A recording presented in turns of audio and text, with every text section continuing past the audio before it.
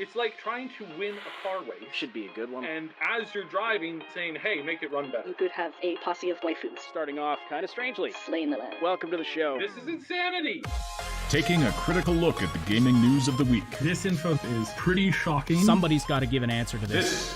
This is Augmented Reality. You are watching my favorite channel. I've not heard of them. The Triple S League. Enjoy, guys. Hey everybody, welcome to the Augmented Reality Podcast, your source for news, leaks, and analysis of games in the gaming industry. Coming at you live on YouTube and Twitch, as always, and archived almost anywhere you can find podcasts. The audio version, you can find it everywhere. Ash here with you, along with Subsidian and Moontag, as always. Hello to everybody who is active in the live chat right now. Hello, Terror K, and hello, Funky, who is still playing Biomutant. You're really enjoying that game. That's good to hear.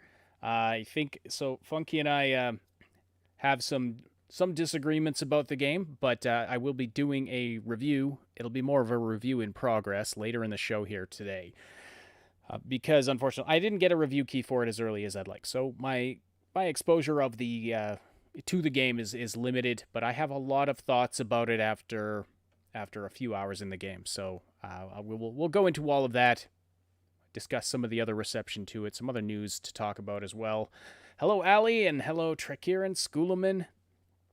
Glad to have all of you with us. We have a lot of you from way in the Eastern Hemisphere joining us for this late show it's a late Tuesday night here in North America, Wednesday, of course, in Europe and in North America.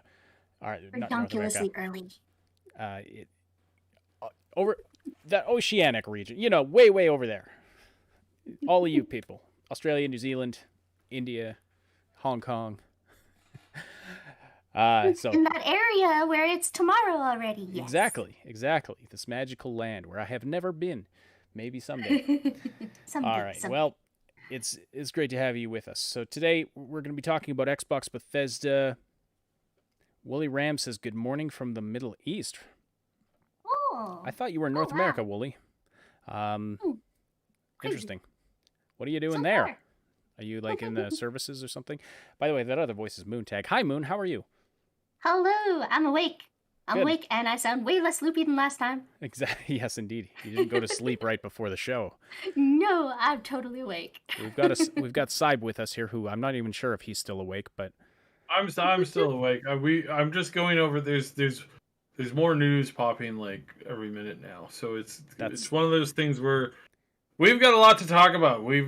There's a lot of things going on. There's a lot of moving parts. There is over the next looks like the next 2 weeks we are going to have a deluge of game info and all this kind of stuff. And it was so quiet right up until like 6 hours ago. And we're like, oh, gee, I guess we'll talk about video game movies again. Right. And then just like boom, avalanche. So much stuff. All right, well, let's get to it. By the way, slam that like button if you haven't yet. And of course, check out the description below for links to our Discord server, our Patreon, our merch store, all of that fun stuff. Also to our main channel, the Triple S League. If you're not subscribed over there, you get all kinds of other content over there. Reviews, comedy, gameplay, live streams, that kind of thing. Check it out. All right. So let's get to it because we're going to aim for an hour today. We're going to aim for an hour and long. Don't forget to smash that like button. Smash it. Yes. It likes it rough. It does. And join our Discord, or hit the subscribe button, or that notification bell I keep hearing about. Does it even do anything anymore? Does it even? I don't even know if the subscribe. Oh, you know what's going on though. You might. It doesn't. The subscribe thing on YouTube is not utilized really in the same way to bring up content anymore.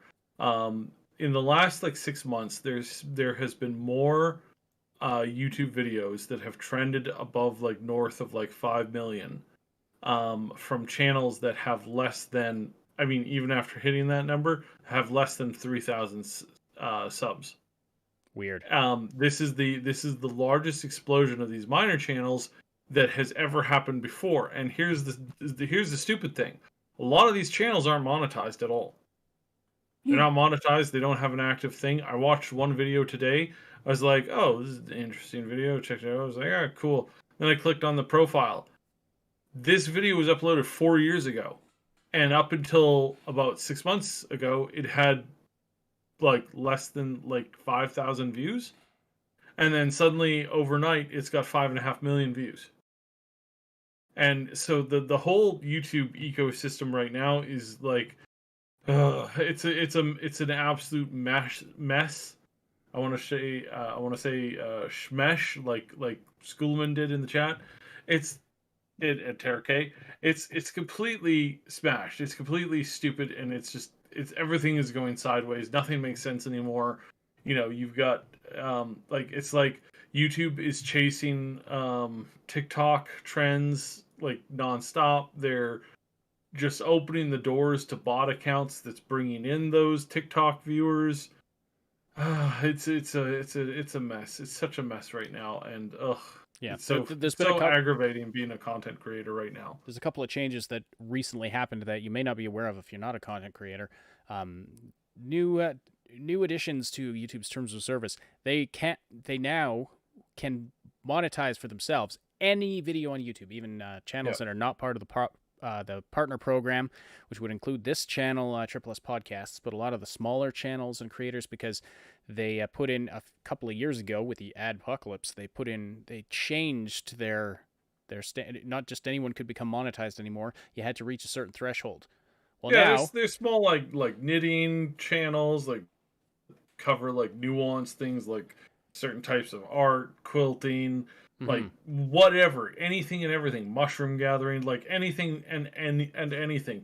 And they killed a bunch of these channels. They told them, sorry, you're not pulling in enough data for it to be worth us to monetize your videos.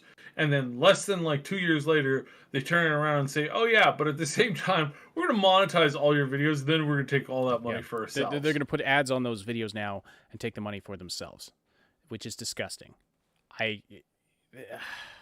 It's really there's a bunch of content creators who don't put ads on their channels and stay out of the partner program because they're like, I'm not playing your game, YouTube.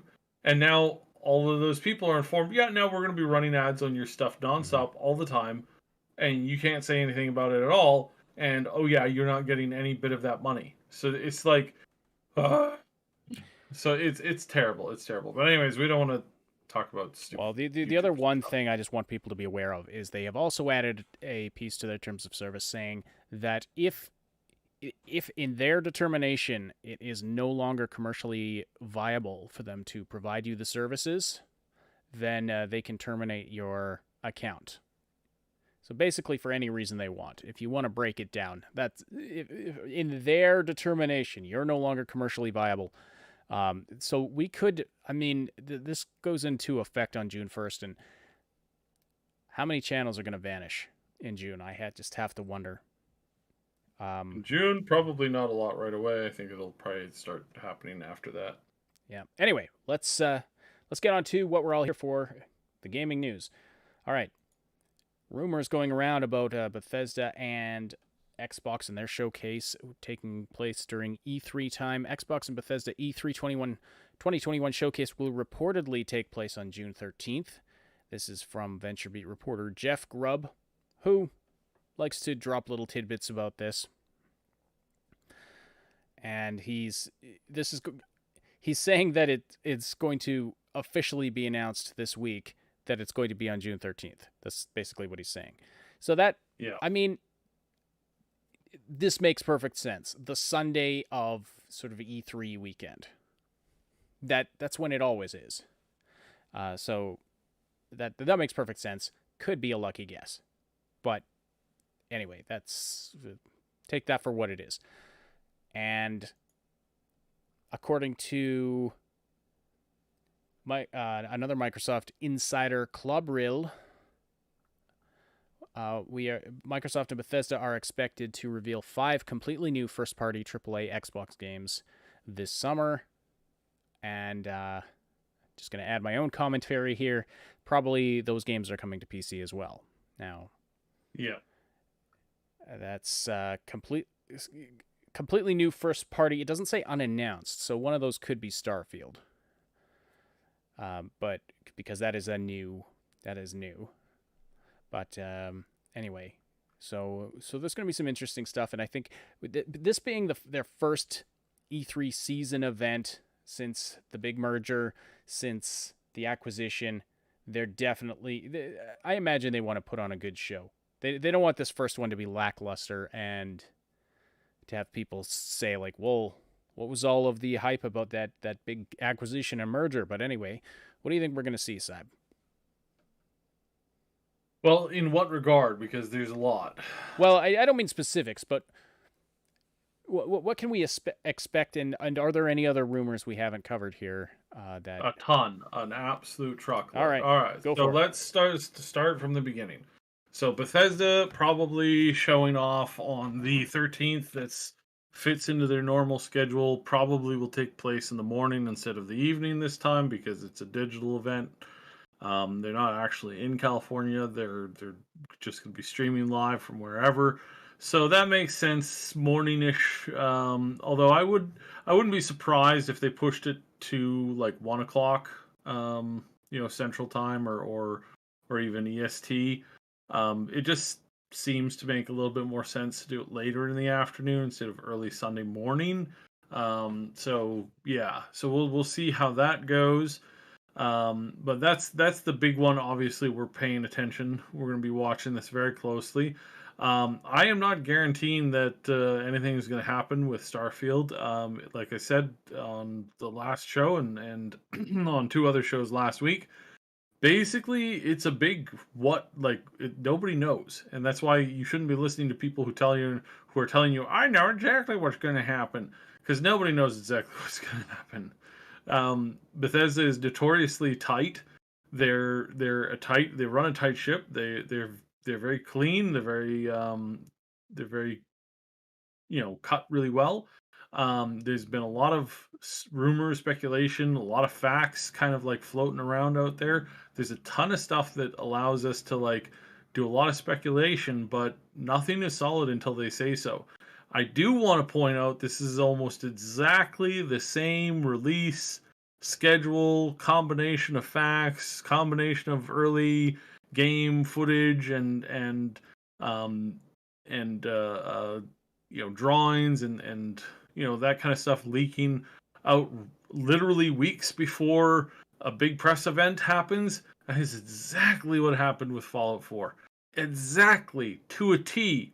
So, I mean, it seems really obvious to me. But again, I don't know for sure. And I wouldn't want to, stake anything on it because right now we've just got a lot of speculation and a lot of, things that seem to fit. And again, they are under Microsoft now. There's a big show of stuff going on. Although it's interesting to note that Phil Spencer and Todd Howard are in agreement. Neither one of them believes, from comments that they've both made, neither one of them believes that a game should be shown off that is not coming out within a year. So if a game is coming out in 13, 14 months, there is no reason why they want to be talking about it. Now, that's different from talking about a game. They did kind of like Phil Spencer has made this kind of clear. They don't mind showing teasers years ahead, but no gameplay. So again, if we start to see gameplay from any game, that's got to be a game that's coming out within a year, basically, from Xbox. So there's that. All right, the next couple of big rumors are Final Fantasy 16 may come to Xbox Game Pass. So interesting, very interesting with that. This is a rumor again.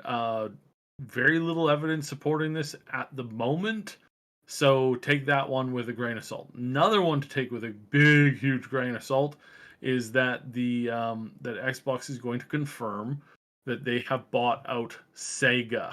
There's been a lot of rumors going around for a while that Microsoft has been in Japan looking to buy up a major game developer in Japan for a while now. A lot of people were wondering if this was going to be Square Enix. Is this going to be, Sega? What was going on? There were a lot of rumors, have been a lot of rumors. They've been going all out with the studio acquisitions. This makes sense, but is it what we're going to see? I don't know. Right now, this is one of those things where it's this could be them. This could be, like I said, Square Enix. We don't really know. But there is a possibility that they're going to announce more acquisitions. In fact, I would say that that is a strong possibility. Okay. You know, yeah, huge. Next up, Rockstar might be announcing a new IP. I know everybody's collectively laughing. Look, we're gonna be playing GTA 5. When I was a young kid, I played GTA 5, and when my son was a young kid, he also played GTA 5, and when his child was young, he also played GTA 5. That's just the nature of their business right now. That thing makes them more money every year than pretty much any other thing that they could do, literally. So why make a new GTA 6 if you don't have to? If you just keep pumping content out for, a 25-year-old game, and people are paying, hundreds of millions of dollars every single year to get access to this garbage. To this well polished and great content, then obviously, it's still going strong. So kudos to them. Also, we've got Cyberpunk quite possibly coming out with a major, like, hey, we're back and we fixed a lot of problems thing, coming out this fall. We actually did need a full another year on this. That might be something that happens. I don't know. We'll see. Again, this is one of those things where it's like, all of these things have been rumors, right? So everything is very much a strong rumor. Nobody really knows exactly what's going on. Expect those things to be proven true or false in and around E3, but they're all interesting to kind of keep your eye on, because we're hoping that they come out with a big fix for that game, because right now it is not what we were hoping for. All right. It was not the hero that we needed or that we wanted. So, or I'm sorry, wait, it's needed and deserved, right? It wasn't the hero we needed, and it wasn't the hero we deserved either. It was just a big old, pretty bad letdown for the most part. I wonder how would they pull that off without, like, it's an online thing, so I guess there's no risk of getting booed off stage. But yeah, that's an interesting thing. I wonder how they'll market it if they do come out with something like that. Anyway, well, should all be free. They've committed to that. So a big major free fix. I mean, what are they gonna say? Are they just gonna go the Todd Howard route and just say there's very little we didn't screw up, or I don't know. It's honestly like it's been so disappointing for a long time now. So yeah, I don't know. New Sonic games may be announced as early as Thursday. A slew of them too, apparently. There is a thing called the Sonic Central that's happening on the 27th, 9 o'clock in the morning, Eastern Standard Time, 12 noon. I got that. Yeah, switch those around. Yeah. So noon 9 a.m. Pacific Standard Time and noon Eastern Standard Time. And this looks to be pretty big. This is Sonic's 30th birthday. It's huge. They have something, and this kind of leads into the Microsoft thing, okay, guys? On their official tweet that they put out, I think it was today, 25th. Yeah, it's today. So they put out an official tweet earlier this morning, and it said, and I quote, "Tune in at 9 o'clock, blah, blah, blah, for the first look at some of the projects, partnerships, and events for the Sonic 30th birthday celebration." Partnerships.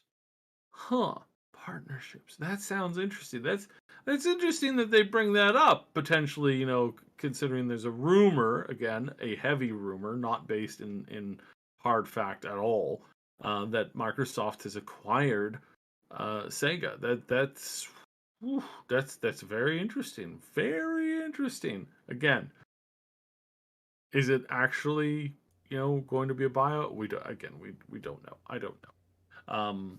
This is, like I said, it's been going around for a long time. We've been hearing rumors for a very long time, and frankly, we don't know yet. So we'll see. Right. Valve is reportedly making a handheld PC. Oh my god! Also known as a cell phone these days. Wow. Yeah, Right? I know. Amazing. Except this one, you won't actually be able to make, those regular, phone calls with them. Instead, you'll What? just be forced to stick with, things like, WhatsApp and Discord and, you know, email and pretty Wi-Fi much all the other One- technology that everybody uses primarily to make contact these days. Phone calls and text messages, not so much. So it's yeah, this is interesting. Again, out of a little bit out of the blue. Ars Technica and a few others have been talking about this, whispering about it. So at this point, who knows? This is Gabe has hinted a couple times about wanting to bring stuff to consoles, and I have talked about before how I would not be surprised, and wink wink nudge nudge, in a few years' time, there's a very good chance that you're going to be able to play a lot of your Steam library on the Microsoft Play Store. So that means on consoles. Again, no promises, no direct promises, no direct info, just looking at the situation and going, you know what? It really looks like Gabe and Phil are really spending a lot of time together. So this is interesting. Very interesting. I don't know what we super can expect from this.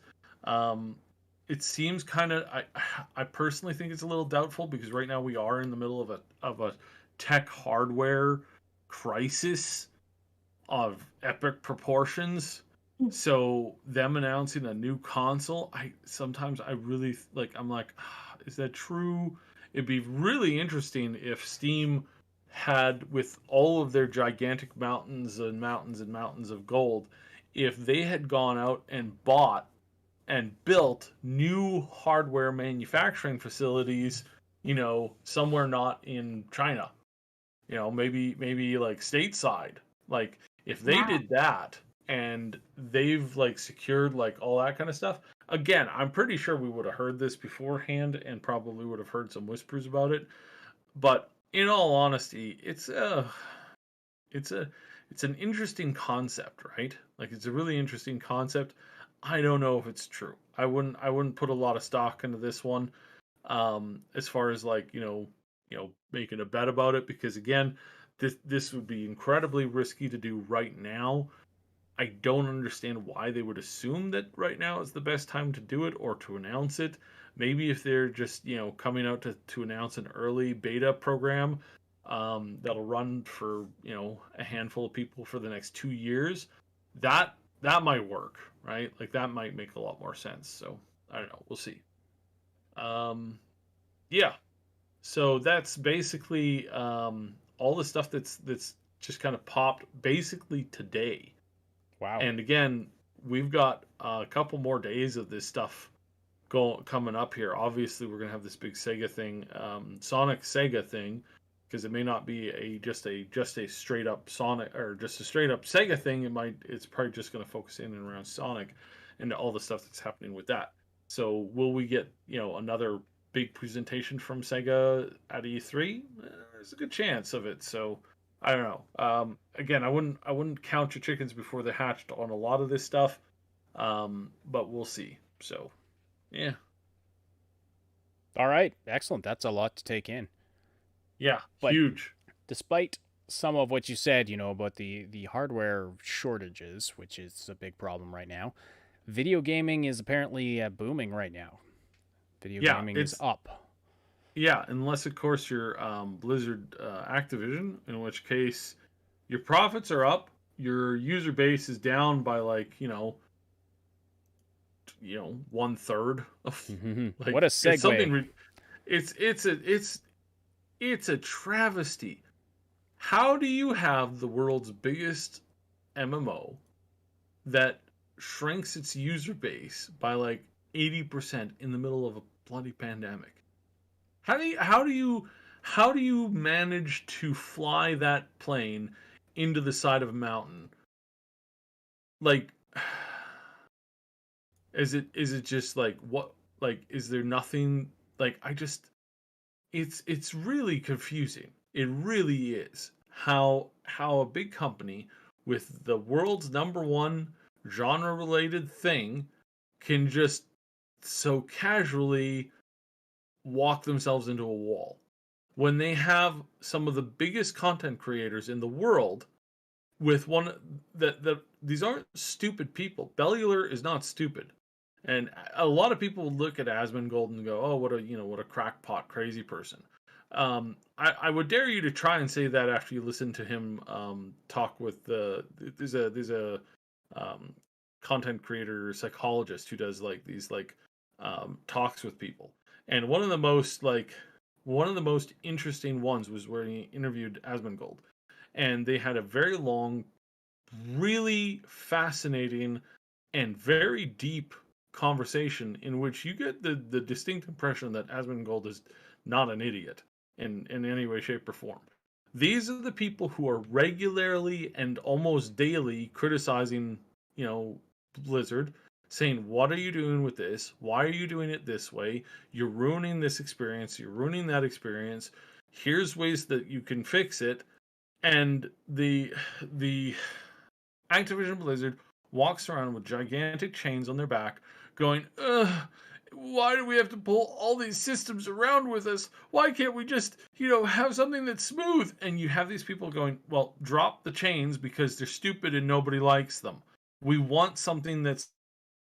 And after like a year of arguing, and in some cases even berating these content creators internally, they finally do what people have been asking for them, and then the whole community player base gets excited that Blizzard is actually doing what they want to do, and then they come back to the game. It's like, how stupid? How stupid are you that you're ruining the biggest franchise in a genre by ignoring everything that very smart and logical and reasonable people are explaining to you that you're messing up? And that every time that you fix these things, the whole community is like, "Yes, yay, oh, we're so happy with you, thank you, let's get back into the game, let's have some fun, man." And then the next 3 months later, they come out with a hand up in the air. "Oh, hold on, guys. You guys are having way too much fun playing this game. We have to stop you having fun because we all know that you're not here for fun. You're here because you hate your life. You hate yourself. You get up in the mirror. You look in the mirror and you're like, I hate you. I want to punish you. I despise you. Why do I have to live with you? Stupid reflection. Oh man, I just wish somebody would just come and just ruin my day." And then they pull up the latest feed from Activision Blizzard, and they're like, thank God somebody had the courtesy to ruin my day and make me feel like I hate myself more. I'm getting a little hyperbolic, but that's what it's like, being a Blizzard fan right now. And again, that's not just coming from me. That's coming from basically every major content creator and streamer that plays their stupid games. And they're all looking at them going, "What are you doing? Why are you ruining this? All you had to do is just give us something fun to play." And they keep not doing that at all. They keep sticking their foot in their mouth, and they have very reasonable people explaining this to them, and they keep on ignoring it. Anyways, another side thing with Blizzard is that Blizzard had a couple of months ago, actually for the last 2 years. Sorry, it's not just a couple months ago. So for the last few years, Moon, you saw this one, the Uther cinematic. There's these cool cinematics with this beautiful art. It's not a full animation. It's like this stop motion art stuff. It seems to be growing in popularity as a format right now. Yeah, and it's got certain portions of the artwork is in movement, whether it's a quick back and forth or it's a constant flowing sort of like rain or something, right? Yeah. It's a very basically it's like a really amazing Photoshop still image set that has like a lot of like animation stuff to it. Anyways, Blizzard put out a whole bunch of these. Again, starting in the last expansion and then moving into this current one, they've been doing a lot of this stuff. Basically, that entire department emptied out. I think it was this week. The head artist, a bunch of the other head people that did sound, did some of the other technical stuff. I want to say sound and video, but I'm pretty like it's not.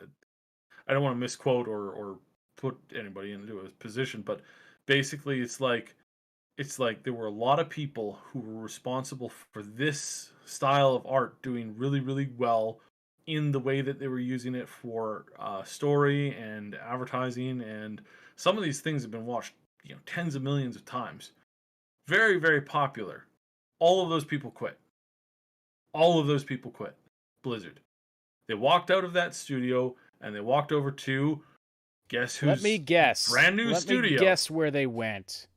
Yeah, as a whole, as a whole, as a team, these people just walked out and walked over to Naughty Dog. No, just kidding. Mike Morhaim's studio. Yeah, Mike Morhaim's new company, which he's up to 5 now. So 2 or 3 is direct control, and then 2 or 3, I forget the exact numbers, are partnerships. So tentative partnerships that may turn out to be long term, or may have some level of like buyout on the table. Essentially, it's like this is what's going on with this industry right now. Is that, and it's not just Blizzard. Blizzard is the one where it's happening visually right in front of us right now. Blizzard is a big enough studio, and it's in a very public place. It's connected with a lot of people. There's a lot of people who talk to a lot of content creators and other people all around the world from Blizzard. It's a fairly public experience working there. It's not like working for some of these other companies. There's a couple other like comparative companies that we can talk about, like EA. One of their bigger leech type companies that have been leeching off of them is called Improbable, and Improbable has been siphoning off a lot of developers constantly over the last couple of months. Last couple of years, for like 2 to 3 years now. They've been draining staff from a number of BioWare / EA related places, and these people are leaving en masse, and they're just moving over again en masse, just chugging into this stuff, and you're looking at what's going on, and you're going, wow, these brand new small studios that are popping up again. Sorry, I didn't finish my point with the Blizzard thing. So they're very, very, very public, facing company. They talk. It's not like working for Improbable, where it's like people don't even, like, a lot of people don't even know that name yet, right? They have no idea about that name. If you're working at Blizzard or Blizzard Activision, whatever, and you're working on stuff, there's a good chance that you're invited to regular parties, that you have a big following on social media. Like, it's really common for that to happen. There's a lot of like lower level, like, people, developers at BioWare at Blizzard, who have a pretty big following, and that's not something you necessarily have in like a BioWare or even like at a Naughty Dog or stuff like that. It's like the mid-range, lower devs that work on just programming or coding or something like that. They don't have a glitzy name. They don't have a huge amount of followers. But if you put your name like, hey, I work for Blizzard, and you're verified, you just start racking up follows like quite quickly. That's why this big departures is really easy to track right now, because you just pull up Twitter and you're like, who left, who's done the all, like, it's been a pleasure to work here. I love working with you all. Blizzard's been my dream of working at for, years, ever since I was a child. I love this company, but it's time for me to move on. Thanks for the, this elegant, happy, like, see you later note, right? Like, that's happening nonstop on an almost daily basis to prominent people, not always like big names, huge names. Sometimes it's just, it's an artist here, it's it's a programmer there, it's another artist here, it's another sound person here, and they're all, it's just one after the other after the other after the other. Apparently Blizzard's starting to have issues with maintaining like numbers. They can't hire people. I think I said this before. They're having issues hiring people at the rate that people are leaving. It's just like oh, we lost another 5 today. Oh crap. Well, it's put another 5 job positions up. Exactly. It's I believe I said last week that it's almost background noise now. It's like, yep. It's not someone left Blizzard anymore. It's like, how many people left Blizzard this week? Yeah. And it's starting to be a big number. It was like 5. It was like 6 or 7 this week.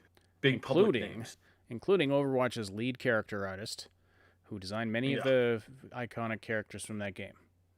Really? Huh. Yeah. Yeah. And again, almost all of these people are headed over to either Riot or to Mike Morhame's new company. Mm-hmm. And the vast majority of them are just walking straight into Mike's company because they worked with him for years, sometimes a decade or more, and suddenly they're back again. And they're getting, like, in some cases, these people are getting 3 times what they were being paid over at Blizzard. Like, very that's interesting horrifying. for a start. Yeah, that's for a horrifying. startup company that hasn't put out a game yet. That's it's pretty incredible. There's been. I mean, I think a lot of that cases boils down to Riot. Riot pays really well. Blizzard pays peanuts. Oh yeah, Riot doesn't surprise me. It is not uncommon for 5 or 6 developers working at Blizzard to be living in the same 2-room apartment building because they can't afford anything else. That is an extremely common situation where people who work for Blizzard, they're not working for money, they're getting paid absolute peanuts, which is again mental because of how much these big things that they're working on fund every aspect of the damn company. Like, it's so shocking to me. It's absolutely shocking to me that a big corporation will be running around with, 1 or 2 of the biggest genre-defining games under their belt that hundreds of millions of people are playing and pouring money into, and then you're like, how much is it costing you to maintain like the general like art or aesthetics, or like, what's your department on like character balance and progression? And you're expecting to hear, oh, we've got 35 people working on this night and day. They are top-end professionals. No, turns out there were 3. 2 to 3 people working for basically minimum wage. That is who you have running your multi-$100 billion company. Essentially, again, they're not making these big, they're not running the company. They're just making all of the key choices that maintain the players playing the damn game. It's like, wow, you guys are so bad at this. Like, there's bad, then there's like Activision Blizzard bad. And I swear, one day this is going to hit hard. Like, one day this is going to hit so hard that basically we're going to see, I've talked about this a lot before. At some point, big mega corporations, when they start to lose money, they disappear overnight. Why does this happen? It happens for like 2 or 3 main reasons. One, and this is the biggest thing, they spend more than they make. So any company that's spending more than they make, doesn't matter if it's $1 trillion company. If you raked in $5 trillion that year and that's what you raked in, but you spent $5 trillion and $1, you are in the red. And you're not showing a profit. That's all it takes. And then the other thing that happens in a lot of these big companies, another massive mistake, is they don't have a rainy day fund. They don't have like their rainy day fund, their expenditures are coming out of their stocks. Like that's how they're running their company, is based entirely off of like who's investing in their company. And these people don't know how to budget. Yeah, and when people see blood in the water, when they hear that, and again, where did we see this the most? Where did we see this the most? Again, it wasn't a public company. It was a little bit different. It was investments and stuff like that. Telltale. Telltale went from making the biggest games in the industry to bankrupt literally. Well, it wasn't overnight, but it was like 6 months. 6 months they were a big fast. giant company making game-breaking things, getting like Marvel, getting Minecraft, getting all these like top-end exclusive deals to make all this content, and they were set for years and bankrupt. And it's like, how did that happen? And well, it happened because it's gone. Yeah. It's exactly. It's you. I love that bit. Flash in a pan. There's this. I found this just before we went live. This report. This is on PlayStation Lifestyle, but they're citing a report that was done by IGN, looking into the departure of all these Blizzard devs, and several sources spoke on the condition of anonymity. So, of course, always you take that with a grain of salt. But I mean, I imagine IGN's. I know there's mixed opinions about them, but anyway, according to this report, a lot of the factors that are contributing to this are burnout and lack of game releases that's impacting Blizzard's profit-sharing scheme. Every year, they'd be like, oh, it's just a downtime. We're not shipping anything, said one employee. But, like, it'll probably get better next year. And I was like, but I can do the math. Like, we were years away from shipping anything. Another source said that the company is bleeding and taking punches, and the only way to stop that from happening is releasing Diablo 4 and Overwatch 2. But, of course, when is that going to happen? Well, and again, we're seeing these big names like Jeff leaving, Blizzard, and we're seeing this over and over and over and over again. And I think that the people in the higher ups saw what was coming, and then the medium to like low employees, they're like, man, I've been here for 6-7 years, haven't gotten a raise. I'm living in my car in the parking lot here. I could barely meet my basic living expenses. That doesn't even include rent. And now I just got a phone call from a buddy who's like, hey man, come over work for this new company. We can pay you, an actual wage. That means you can get an apartment building. Or you can get a house or something like that. It's like these people are like, okay, done deal. Like, I'm gone. Like I 6 years, I've got enough for a good resume. So, poof, done, gone. Sad state they for walk out the door. Sad state for one of the what once was very, very respected name in the industry, Blizzard. I think I don't think we're going to see too much more on this this year. I think it'll be the same song and dance for a while. But I believe that Blizzard is headed to probably a terrible death at the hands of just not having a company that really supported them in the ways that they needed. They lost all of their mentors just routinely, and this is what happened at BioWare as well. BioWare has been bleeding the mentors that teach the newer people coming in how to do stuff. And then what do you get? You get stories that are like, you get Naughty Dog level storytelling. It's like, oh yeah, there was just the hero, right? They go on this story of revenge. Like, oh cool, that's cool. So what happens? They don't get revenge. It's like, okay, but like what other story, like twists and turns and like, things that are going to shock the audience? What are those going to be? Other things? What's going to happen there? Wait, we have to do more than that? I mean, it's a really cool story. It's like you go out to get revenge, but then the revenge gets you. It's like, yeah, well, revenge gets I've you. heard this in like radio stories when I was a child. So you got to come up with something a little bit more interesting, right? Like something a little bit more jaw dropping, like something that challenges the person's thinking. the person can't play the guitar afterwards because stuff. It's like, is this all you have? Like, is this seriously all you have? Like, and again, BioWare is a great example. It's like the Anthem story.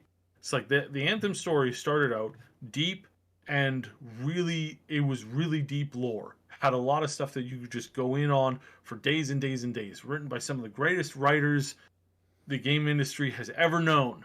And then they threw all of that out to go with hey, yeah, you were awesome, and then you fight stuff, and then you fight another big guy, and then you're done. And then there's like some like aliens and stuff. It's like, you know that meme with the guy who's like it's aliens guy, you know, with the weird hair and the fuzzy hair, and it's like they got that guy to like basically come in and like, okay, we need a really good hook, like something to really like hook the audience after they've done the big quest. Well, okay, it's not a big quest, it's like a long series of like side quests and repeatable content that you're just supposed to do over and over and over again. But once you get through that, then you fight the big guy and he's like a giant, and then that's basically all there is to that. And then you come back and there's going to be a hook. What's it going to be? And then this guy sitting on this thing is like nodding his head. He's like, it's aliens, man. Aliens. And it's like, again, it's like, great. Yeah, I've heard this story, I don't know, 1,000 times before. Like, do you not have anything more interesting? Do you not have any more twists, any more turns, introducing more character? No, there was none of that because they fired the guys who wrote the stuff. So, it's a joke. It's an absolute joke. Sorry. Anyway, so that's that's the state of Blizzard. You are listening to the Augmented Reality Podcast. We do love seeing everybody active in the live chat. Thank you, everybody, for joining us for this show, whatever time it is for you. It's late for us, but it's actually kind of a fun... I always used to think it would be fun to be like a late-night radio host, like one of those ones that goes from like 10 p.m. till 4 in the morning or something. I really like that. Absolutely. Like I grew up listening to like old radio shows that ran from like 10, 11 at night till like 2 or 3 in the morning. I grew up on that stuff, man. Well, it was great. Yeah, me too. And then after 2 hours of old radio shows, then Art Bell for Coast to Coast AM. That's the former host. It's George Noory, I believe, is the current host. You might know that name, but anyway, Art Bell was the guy who did it, and his show freaked me the hell out when I was a kid. But I always thought it was kind of... Wasn't he one of those like it's aliens, man? Well, he did. Oh man, dude, he interviewed time travelers. He interviewed people who had been abducted by aliens, ghost hunters. Like it was all about that shit. It was just paranormal weirdness things. I'm sure he'd be having a heyday with what's going on with the UFOs now. But anyway, all of that to say, thanks for joining us for the show. So glad to have you all with us. Definitely check out our Discord server if you're not on there yet. We welcome you to join the community. You can find the link in the description below. It's a place where you can chat with us and other S Legion community members about all the things we love to talk about. Stay up to date about what we're doing here at the S League. Discuss the latest video games. Discuss a whole bunch of other things. We got a whole bunch of other topic rooms. Just find a good community who loves games and nerdy stuff, and we keep it very positive, and we've got great mods who are on top of things all the time, so it's fantastic. So check it out if you're interested in finding a community. We're going to get on to the Biomutant review right now. We were discussing that heavily on the Discord server today. Just need a swig of water here. Remember, hydrate, people. My damn water bottle's not working. The button's stuck. Oh, no. Here we go. Hold on.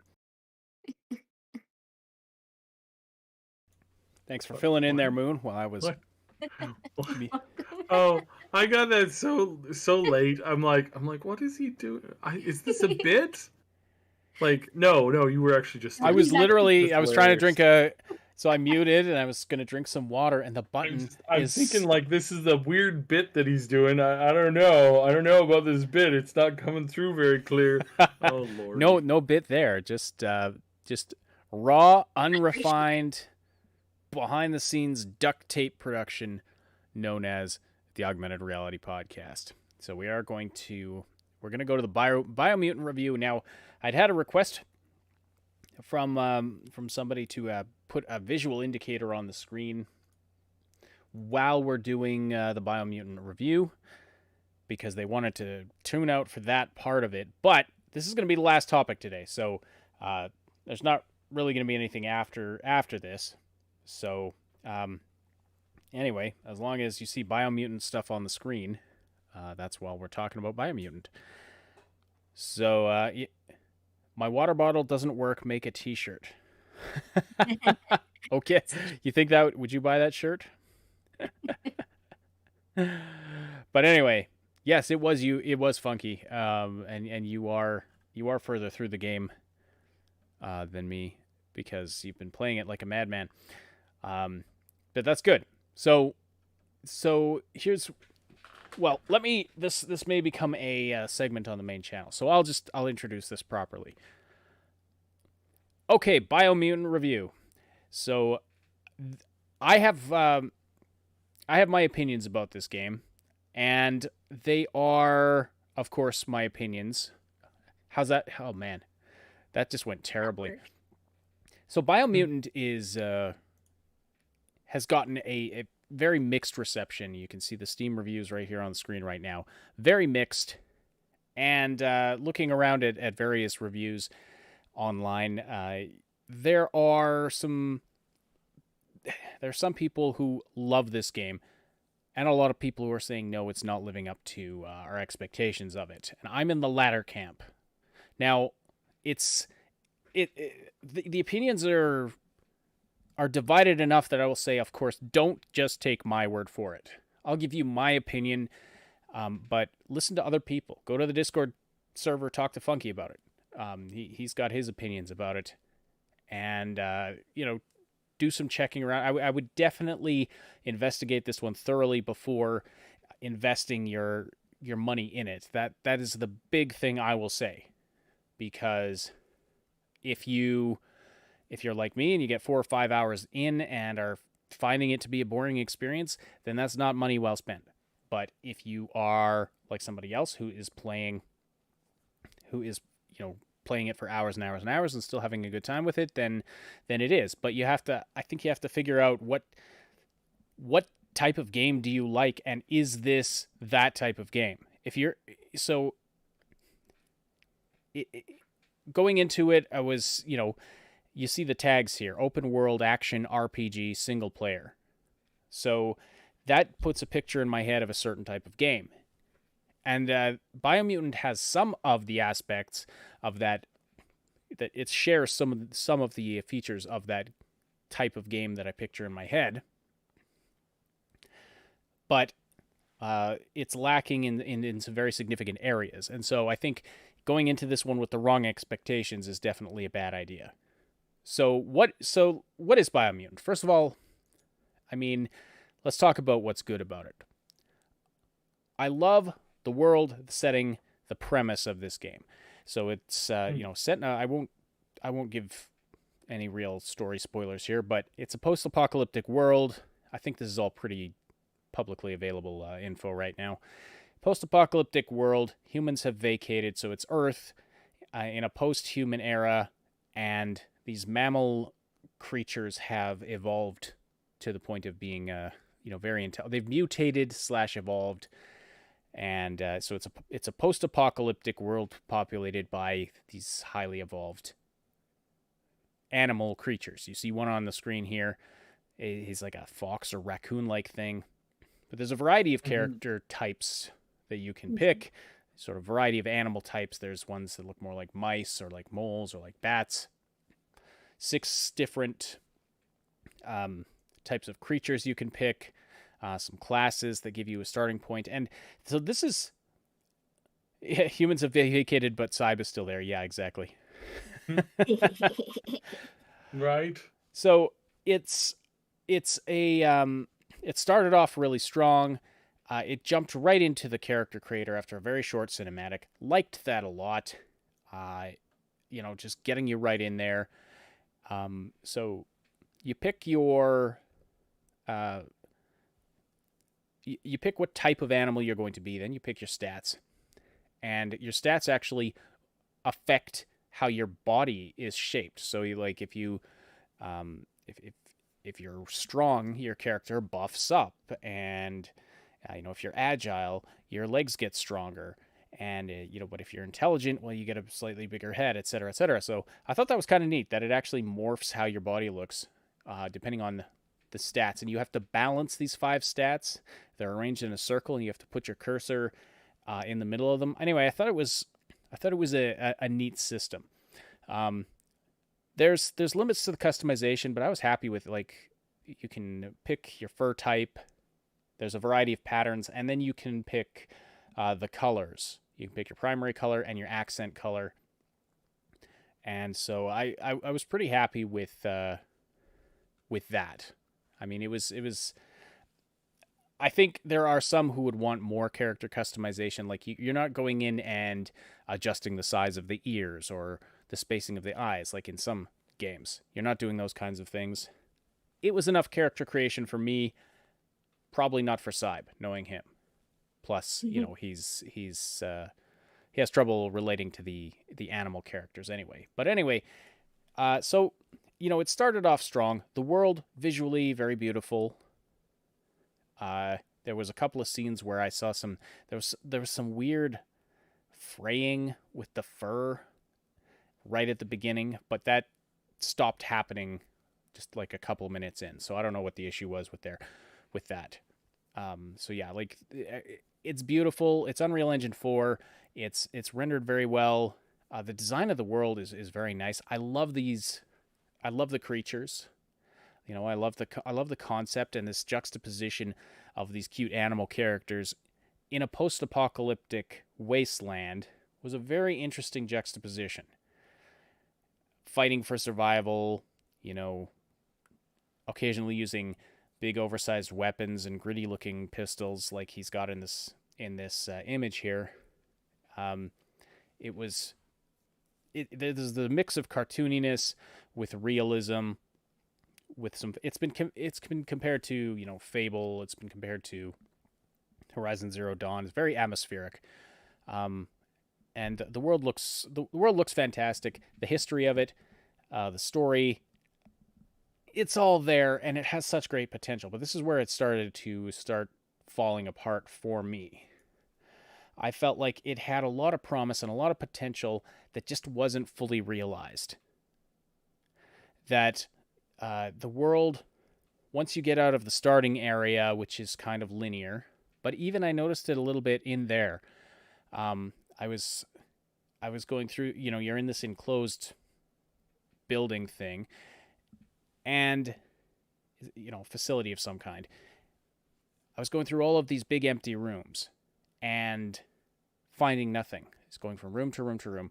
Then you get to a room where there's some enemies and you fight them, and then you move on. Oh, I've got to unlock this door.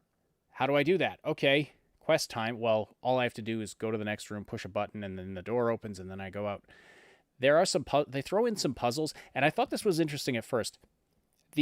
Your intelligence stat affects how many moves you get during the puzzles in the game, and I thought that was really cool. But at the same time, what I've discovered is all the puzzles that I've encountered were necessary for progression, so it doesn't seem like that it was necessary to put those extra points into the intelligence stat.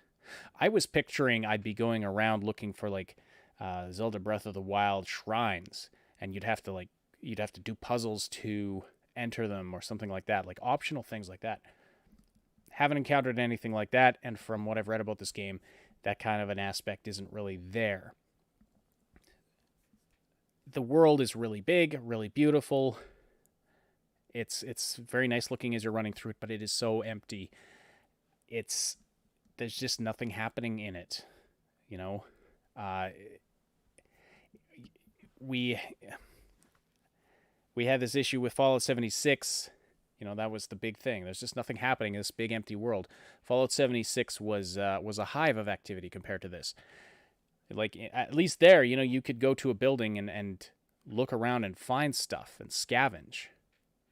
There, you know, so I'm exploring cliff sides. I'm jumping down. I get out of the starting area. I go off in a random direction to see what I can find. And that I just found nothing. Like, I found ruined buildings, looked around in them, nothing. So that was disappointing.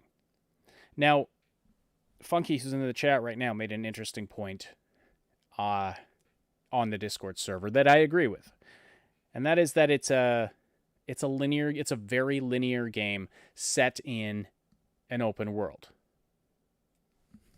And I think I agree with that. And correct me if I've mispronounced or if I've mischaracterized your assessment of it.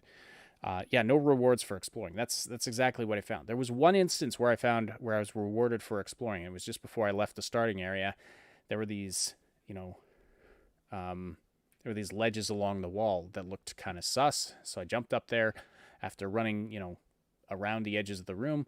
Oh, there was a hidden chest, and it had a healing thing in it or something like that. But once I got out into the open world, found it very, very bland, like very empty. So Funky says that's it exactly. Linear in an open world. And I agree. So, you have some choices to make that kind of, but they lock you into a linear path. Is that bad? No. Is it unexpected in an open world where literally from the beginning I could run to the other side of the map if I wanted to? That is an option. It's not locked off somehow. I could run to the other side of the map, but there's nothing to do between here or there. There's nothing to find. So that was disappointing. So if you're looking for a game like Breath of the Wild, where there's shrines everywhere and there's just stuff to do and find and figure out everywhere, that's not what you're going to find here. If you enjoy the ambience of running through the world and you're okay with kind of a more linear storyline, maybe it is for you. Funky says he's having fun because of the production design. It is, again, like this visually and production wise, and it's designed very well. Artistically, it's very well done. Yeah, no, it looks great from the outside, but like the story was the big thing where I was like, can they really keep my interest going? Like even if I were to pick it up, which I haven't picked this up. You've got a free trial type or a free copy. I was given a review key, yeah. So we want to be honest about that. It's like it's important that these games have substance to it, and if they don't, then that's obviously the thing they need to fix, right? So we want to be honest because we want these companies to do well, right? So it's not just ganging up on it, just in general. Oh yeah, exactly. I would love lots of character quests. Yeah. They could expand it with character quests. That's just it. Like if so there much were potential for design and stuff, and plus they can open up the character creation with more like customization in the sizes or maybe variations and whatever. But there is potential for this, right? Mm-hmm. And also, I love the whole animal shtick. Sorry, Saib. Not sorry. I completely agree. Right. I would love to play a game in this world. I just want one that's got more substance to it, got more oomph to it. And either make it a linear game or make it an open world RPG, or if you can find a way to mix it that's interesting, go for it. But I'd rather have smaller modular levels that are packed with content than a big open world that's just empty. So that's my thought on the world and setting. Very good promise. I would love to see another game in this series. I would love for them to take another crack at it, or maybe upgrade this one, give it the No Man's Sky treatment, and just pack it with content. I think No Man's Sky, that game was broken and missing enormous amounts of the game that they knowingly advertised that was in the game for a very long time. Like I think that you playing this is I don't think that I'm not getting the same feeling of like in like deeply inherently broken. I'm getting the sense that they just don't have as much there as they should. Yeah. And it's not something that they made bad promises on and then knowingly didn't keep them. I think it's just that they just need a little bit more content, and that they from what I can see they really spend a lot of time on the abilities and the classes, or not the classes, like the different focuses or focusi, or however you want to say that word. I think that's where they kind of lost the plot. Is they spent too much on those systems and not enough time actually creating content for the systems to work within. That's another plus, is that there's a lot to upgrade. There's a lot of gear. There's a lot of moves you can unlock, various things, and you unlock them and upgrade them with a variety of currencies that are found out in the world. Oh, that's the other thing.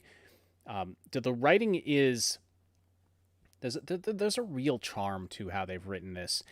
It's kind of got some cutesy animal speak, as well as being a little more mature. For example, they just have they call it what do they call it? The old world, or the before time, or something like that, when humans were around. And but they just have cute, funny names for relics from the human era, like the crowbar is a clawbar. You climb a rope at one point, and the narrator's like, oh, it's a good thing someone left this climb dangler here, things like that.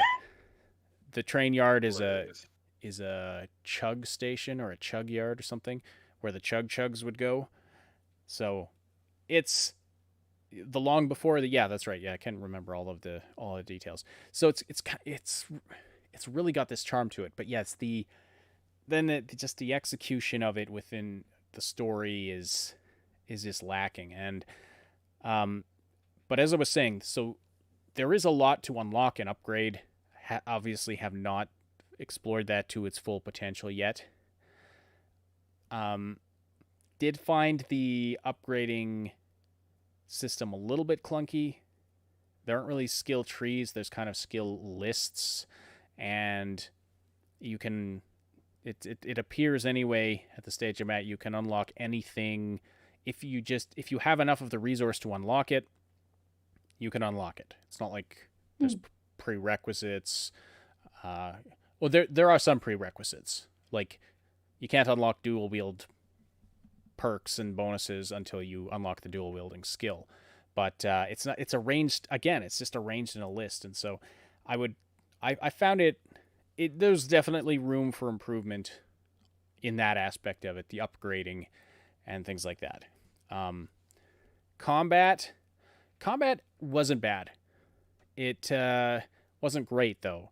And when your game is primarily about the combat, or when that's such a big part of it, then it should be better than just average. It started to feel repetitive really fast. There are some cool moves to unlock, but it's like, okay, arena fight with a bunch of enemies, then another arena fight with a bunch of enemies. Not a literal arena, but just an open space with a bunch of enemies coming at you, and then you fight them, and it started to feel really tedious. And it's like, okay, I'll just whittle down their hit points one by one. There's no strategy to this, just just kind of shoot them a bunch, then jump in for a few melee attacks, then jump back and shoot them a bunch.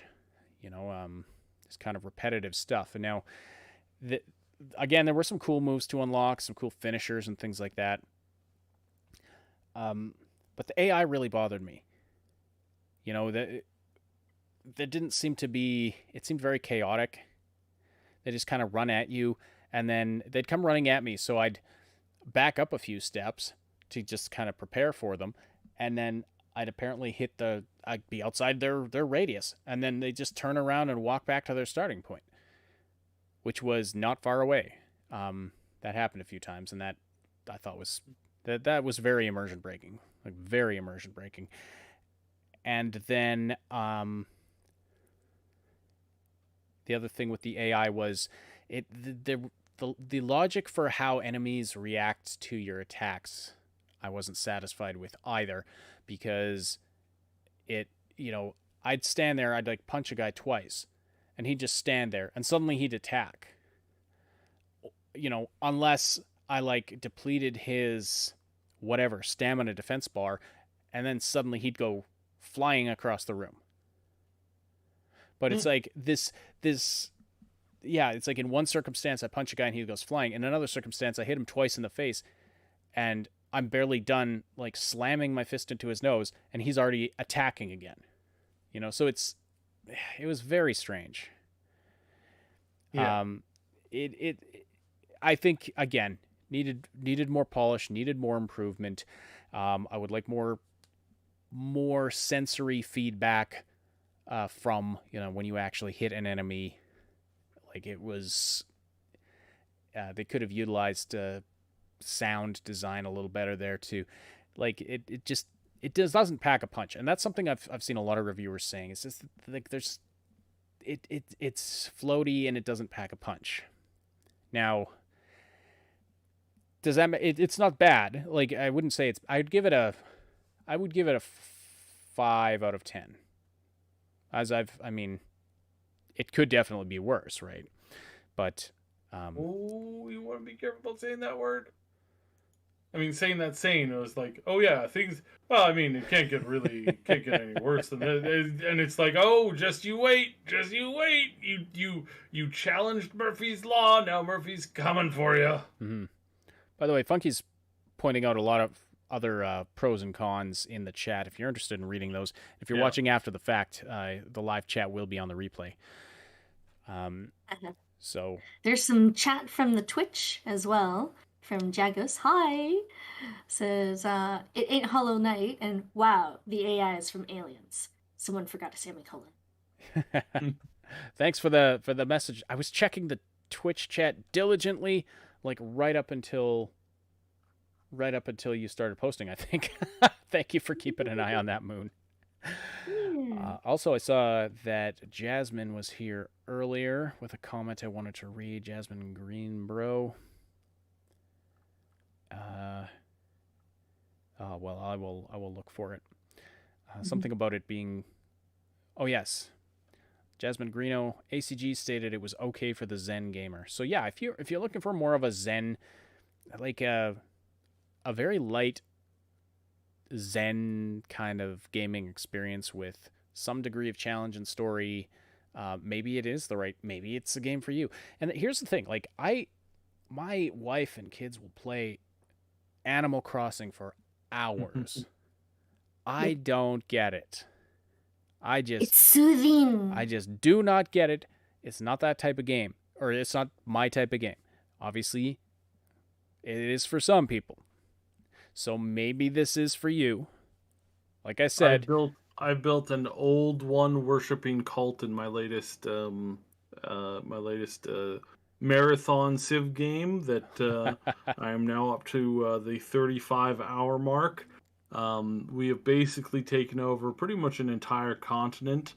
That's the largest continent by a factor of like there's that continent, and then there's all of the other continents added to that one. You come up with something that's a little bit smaller than it. So it's like I'm no longer playing the game with a challenge. I'm now clean up on aisle 5. We've got 15 civs here. Yeah, I add way more civs to my game. I usually max it out. And Moon came up to check on me last night. She's like, "How's it going?" And I'm like, These people have bowed before my dark god, and now I have no challenge left. Oh. And Alexander I'm sitting here researching the airplane, 5 BC, and everybody else is still running around with bloody warriors from the first age and spearmen and slingers, and I'm like, wasn't I playing this on deity level? Oh yeah, I was. Okay, like roll my eyes and then just keep on going. So yeah. I've been a little sad by that. I swear I would be tempted to like put this like up on the like stream this, except like I said, I play on marathon. It's long. Like I do other things while I'm doing the game because it is a very long version. And yeah, that's my thing. And I know that most people don't get it. Like most people, like I played with one of our community members. We were having a little fun, and I didn't even turn it on to marathon. I just turned it on to like the one above, like the normal, like the normal like multiplayer one, just so that we weren't flying through ages in like 10 turns, right? Like I actually wanted to like have something to do with one of my units for more than 20 turns. And he was like, "Oh my god, this is so boring. This is so boring. This is so boring." And it's like, okay, yeah, I get it. Not for everybody. I want to read some of Jagos's comments here. I see you highlighted one of your messages. Mistakes were made, indeed. Good start, weak middle, horrible finish. I feel so bad that I missed the Twitch. I really was checking the chat intently because I was like, I'm not going to miss them this time if someone shows up on Twitch. But anyway. Jagos also challenges the Zen assertion. Compares it to Nier Automata on easy mode. I promise. All right. Now Funky also. I would agree with that actually. Like just from what I was seeing with you playing it today, and then what I've seen from some other stuff, I would definitely say that this is an easy mode. And I don't know if that's just because there's some people who like there's an imbalance in like the player builds. Like that's always a thing you have to worry about, because if you don't make a game that has really good player build alterations, like that's like fairly even, you go for the strength, you go for the intellect, you go for the energy weapon, like whatever you're doing, right? Like if you don't have that, and instead there's one build that just destroys everything, it's like that chalks up. You chalk that up to this poor balance testing. Mm-hmm. Indeed. So I don't know if that was the problem. Maybe it is. Maybe it's really hard for some people. I don't know because they're playing the hard way. I did not choose a combat focused build. I chose an intelligence focused build. Mm-hmm. So yeah, and I had but maybe the psi power, but I didn't use them a ton, really. But maybe being a hyper intellect is just end game stuff there. I don't know. I'm stretching here. I'm also really tired. We're at the risk of this getting a little bit long, but there's one more thing we have to talk about, and that is the narration and the dialogue. Now, the entire game is all of the dialogue and a bunch of extra narration comes to you through this narrator voice. Now, the narrator is really good, like acting and voice wise. Like he's really good. He's got a really good voice. It sort of sounds like this older British voice. It reminded me of a nature show, one of those nature shows on the BBC. David Atten, whatever his name is. I always get it wrong. Is it Attenborough or Yep. Atten? I always call him something. Attenborough. So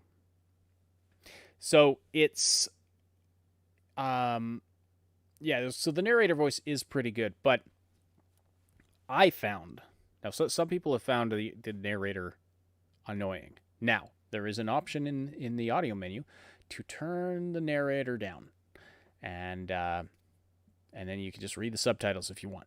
But the actual characters that you interact with and have dialogue with, they speak in like a cutesy gibberish.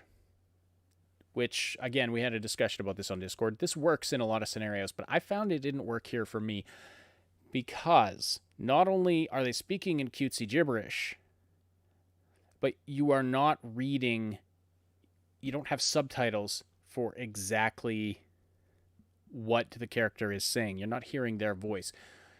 The character speaks in cutesy gibberish, then the narrator translates, or more accurately, paraphrases what they just said. So you're not even getting a word for word, like This is what they said exactly. And I found that this disconnected me from the characters to the point where the characters, again, we had a bit of a debate about this earlier on Discord. It's not that the characters themselves are bad or uninteresting, but I couldn't engage with the characters very well because they were behind this screen and 2 steps removed from me through their gibberish language and then through the narrator paraphrasing. And then I have to, and that's when it reaches my brain, and it just didn't work for me. Plus, they speak, and they gesture, they emote a little bit, but when the narrator's speaking, then the character just returns to their idle animation and is just standing there, kind of immersion breaking. So, that's my take on that. It wasn't enough to ruin the game for me. Like, if the rest of the game had been really, really good, that wouldn't have ruined it for me, honestly. But if you do find that frustrating, if you do find the narrator annoying, they're going to annoy you a lot. But now, of course, you can turn them down. You can turn the narrator off if you want and, play it just reading subtitles. Jagos asks, is the story about you doing a nature walk? Yeah, it kind of started to feel like that to me. Yeah. I do think that's what the game is about. It's walking through nature, and occasionally you encounter a beastie to fight. So, I think, yeah, and the quest structure, like, don't expect a lot of depth to the quests. Don't expect a lot of choices that are going to affect the state of the world or anything like that. I believe there are 2 endings, and I'm not going to go into it. At the risk of going into spoilers, I'm not going to go into it any deeper than that. But again, if it's more of a casual adventure, enjoying an atmospheric thing, with some combat, if what we've described actually sounds positive and fun to you, then, by all means. But I do think it's overpriced at its full price. And I think that waiting for it to be at least half off is a better price point for it. So like $30 American rather than $60 American. Whatever that translates to in your local currency. As Funky said, that quests are nothing fancy, but the way they are presented is funny and cutesy.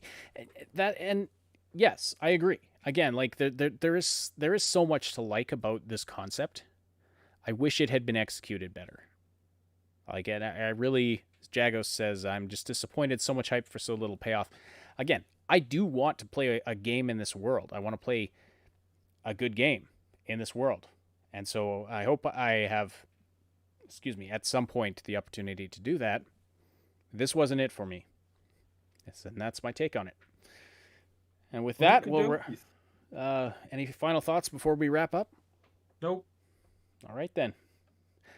Well, thank you so much, everybody, for joining us for the podcast today. Really appreciate it very, very, very much. For those of you listening live or after the fact, please do slam that like button. If you haven't yet, leave your thoughts below. Tell us what you think of Biomutant or any of the other things we've talked about today. Thank you for supporting the show by listening live or after the fact.